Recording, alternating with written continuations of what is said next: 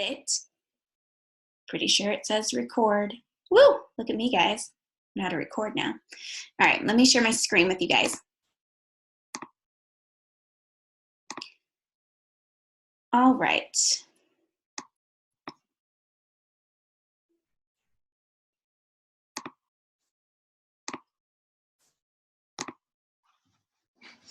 Okay, so today we're going to talk about managing your personal business versus managing your team business.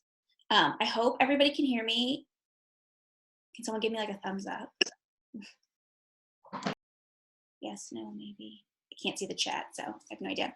Oh, hey, Lindsay. Hello. We're going to be talking about managing your personal business versus your team business. So for those of you that don't know me, my name is Brittany Murdoch. I am with Team Ascend. I am a senior exec, and I have been with Usborne for, 14 months now. And the big thing is how do we do it all, right? Like, we all have kids, we all have families, we have our personal business, we have our team business. And the big thing I get, and the question I ask is, what's your schedule look like? What does that look like to you? So we're gonna jump in. So here's some common myths I hear. My team business is more important, so I will party less. Love that little spelling error I have right there. I will make more money with my team, and my team needs more time than my personal business, okay? The truth is, guys, if we're not putting in the work into our personal business, three things are gonna happen. We begin to feel like imposters, right? So if we're not working our business and we're sitting there coaching someone on how to work their business, we're gonna start feeling like imposters. I know that I've been in places where I'm like, oh my gosh, I'm struggling, my calendar's not looking good. How am I supposed to coach this person? Okay, we begin to lose self-confidence, not just in our partying ability, but we start to lose self-confidence in how to manage our team. Our team directly begins to suffer. So if you're not partying and you're not working your personal business, your team will start to naturally feel that as well.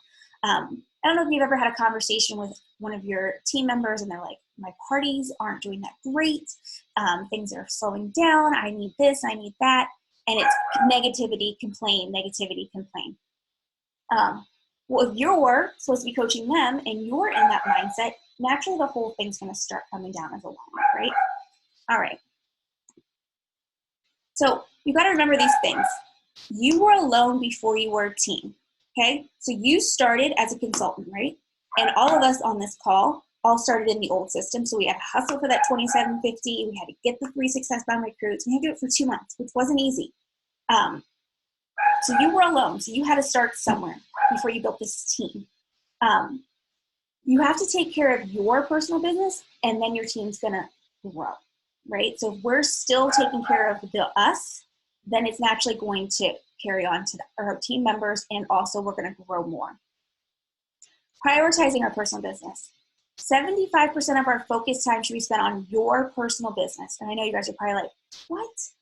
How? I've got to talk to this girl and that girl, and I've got promotion-bound recruits, and I've got all of this. Doesn't matter. Personal business has to take a priority. If it doesn't take the priority, again, things are going to start suffering. Time management is a myth, okay? We can't manage time. It's already managed for us with 24 hours in a day. So you, I, and everyone else all have these 24 hours. The most important thing we can do is practice focus time. And I know we talk about time blocking. We talk about power hour, and we talk about power 15, okay? I'm a true believer that if you do a power 15 and it's a focused 15 minutes, it is more productive than doing 2 hours of, I'm doing a power 2 hours with distractions, right? With your kids running in the background, or someone's waking up and someone needs a cheese stick, all those things. So even if you do just 15 minutes and it's focused, it's going to be a lot more impactful, right? So we want to follow one course until it's successful. Do not compromise on yourself. So James Clear from Atomic Habits, which, you know, I put this in here before I even knew he was a speaker, so how exciting is this? He says, every action you take is a vote for the type of person you wish to become. So if you start compromising on yourself and your business, what kind of person does that make you, right? What kind of leader is that going to make you? If you're like, you know what, I'm going to do my follow-ups tomorrow. If I'm on day 1, it's okay, I'll push it back to day 2 because I need to do everything else. What is that going to look like, and how are you going to project to your team? What type of person are you wishing to become if you're not following through on yourself? Okay, so some action steps. So I'm a big fan of Gary Keller. If you guys have not read The One Thing, I highly recommend it.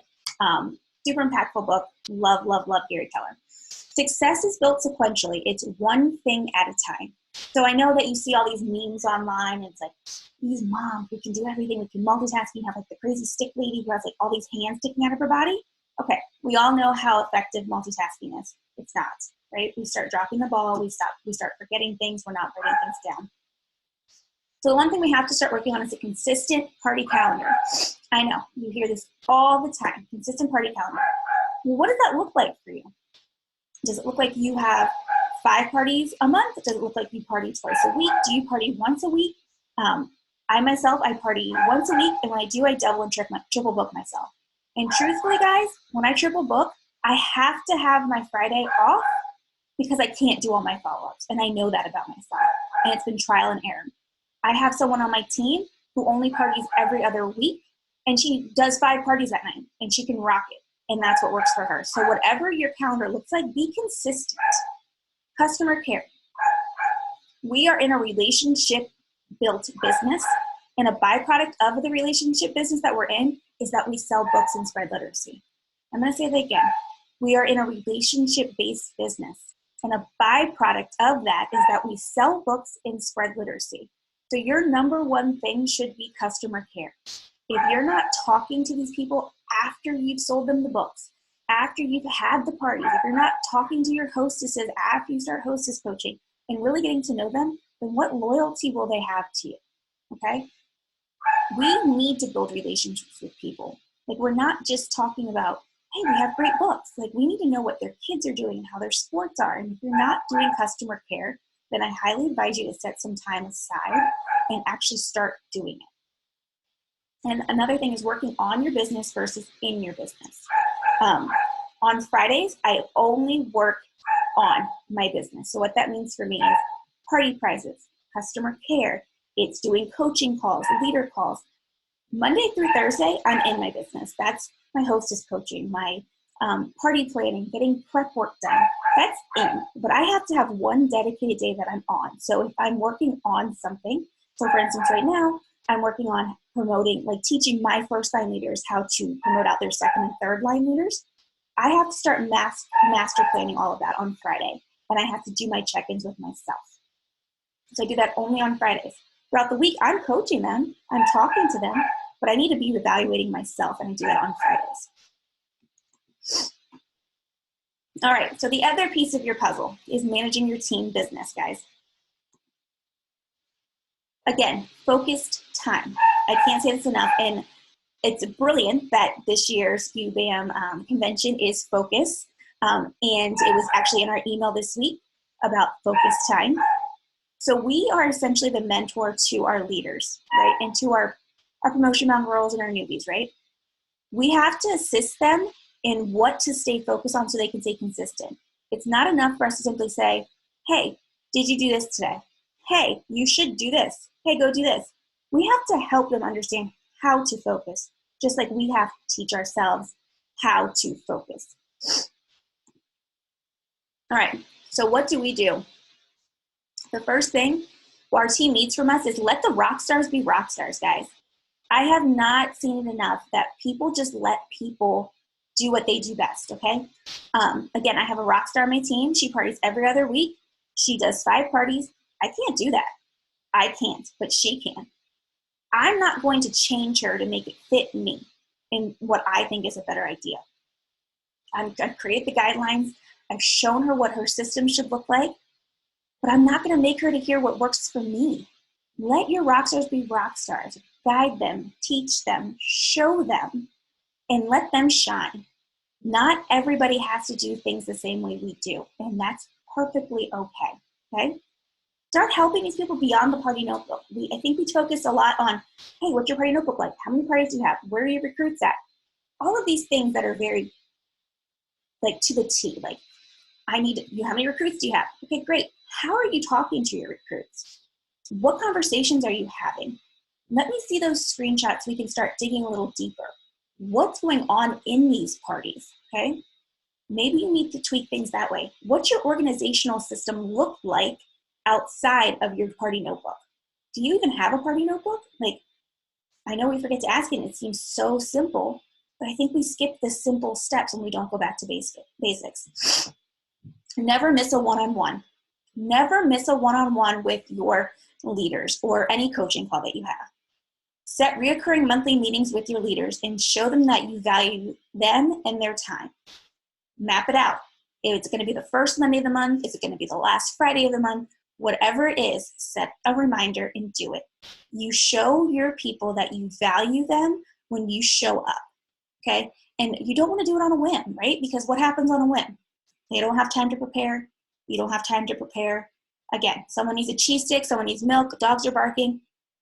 Every month, it needs to be at the same time, or however often it is you choose to do your coaching calls. And colors don't go away. Catherine Barnhill did an amazing colors training last month, or maybe it was this month. I have no idea because 3 weeks for my due date and I can't remember anything. But it was amazing. So if you did not watch it, I highly recommend you go back and do it. Coach to their colors, not yours. Okay? I know we all say this, but very few people do it. You forget to look back at those. She has like nice like screenshots that you can like look at.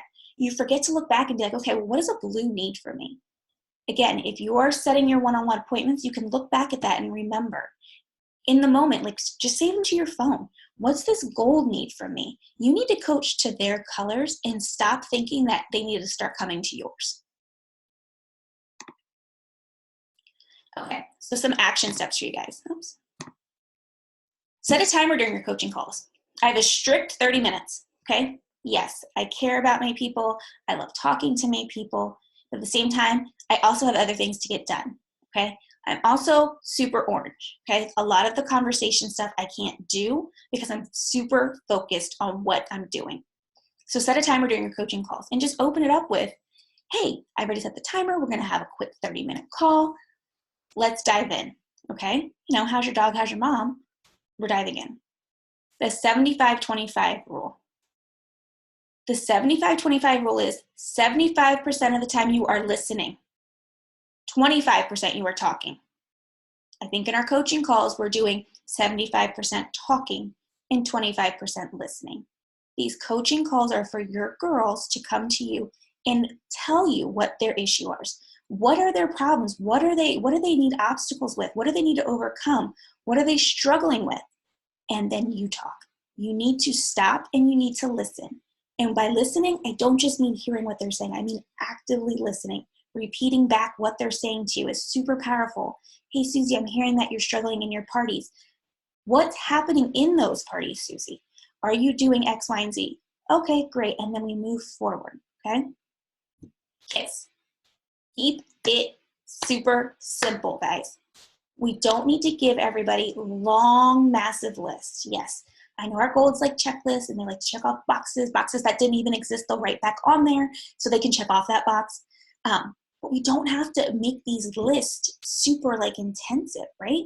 They can still have lists and be simple, okay? Because anybody's gonna get overwhelmed when you start sending them paragraphs, okay? And one of my big things is after my coaching call, I want my girls to come back to me and tell me what we spoke about, okay? Because what they hear and what I say could be totally different things, okay? So that's a way for me to make sure that we're on the same page.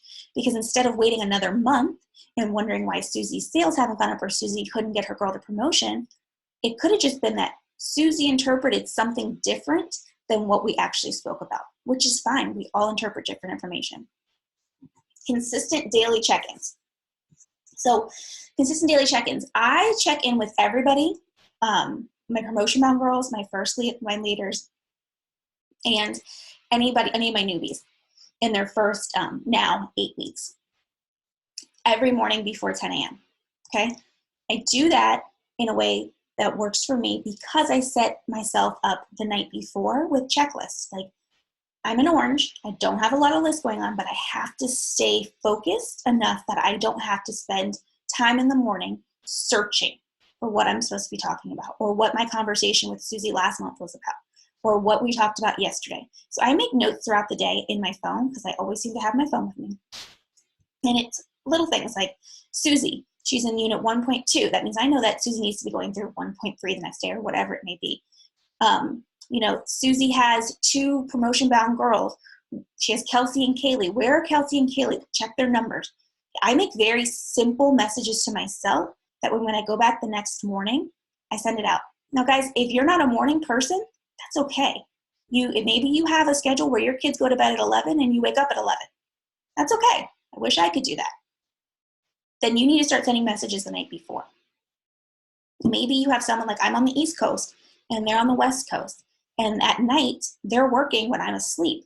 I'm sending out those messages before I go to bed so they're not waiting on me. And I make sure that they understand that I don't expect you to do this right now. This is on your time. I'm going to check back in with you at X.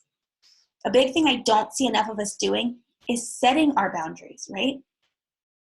Not everyone can do focused time and have set business hours. That's okay.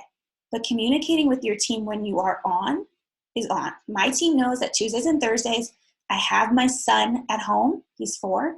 I don't check in all the time. I won't. I'll come back to you at nap and bedtime because I have to focus on my kids. And that's okay. The big thing is that I'm consistent with communicating with them, okay? Remember, if you're not actually adhering to your own boundaries and respecting your own boundaries, no one else will. Okay, again, you do not rise to the level of your goals. You're going to fail to the level of your systems. And again, this is James Clear from Atomic Habits, so clearly I'm a fan. You can set all these goals, guys. I want to be a director. I want to be this. I want to be a senior director. I want to get the next trip next year.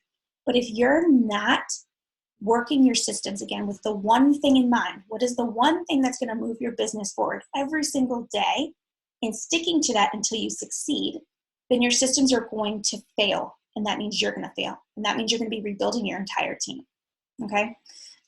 So for me, for instance, last year it was learning how to promote out my first line leader. Okay? Then after that, it was, how do I train this first line leader to become able to promote out somebody else? Okay? Now my goal is getting my first line leaders to be able to promote out their second and third lines. That's where my big focus is right now. So I need to perfect that before I think about doing anything else. Maybe your goal is, I need to get my consistent party calendar going. Focus on that one thing, get it consistent, and then move forward. Okay, so I'm going to stop sharing my screen if I even know how to do that. All right. So I do have questions. Sorry, guys, I don't know how to see things when I'm on it. Okay. You're good. I need to hear blah, blah, blah. After you get off a coaching call, how do you see what your girls heard or interpreted?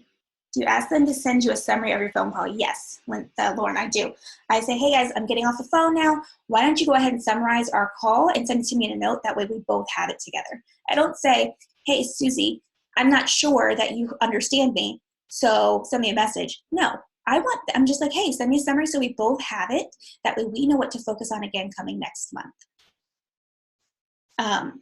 Any other questions, guys? Sorry, hopefully I didn't talk too fast. I'm like sweating and super pregnant. Things are going wrong over here. All right, if you guys don't have any more questions, I'm gonna hop off. Yes, Lauren, yes, send me a summary so we're both on the same page. And literally, I just want them to send me, just send me a synopsis of what we just talked about, because then that gives me an opportunity to read back what Susie hears versus what Brittany says. And it could be that it's a Brittany issue. Okay, maybe I'm not speaking to Susie's colors in her language. I need to figure that out. Maybe Susie's just missing pieces. Maybe I talk too fast, okay? All of those things, and then I can go back in and I can break it down if I need to. All right, guys, I'm gonna hop off. This is recorded. If Blake doesn't wake up, I'm gonna get it into YouTube and I'll be able to share it with you guys. All right, guys, enjoy the rest of your day. Thanks for being flexible with our times. Bye, guys.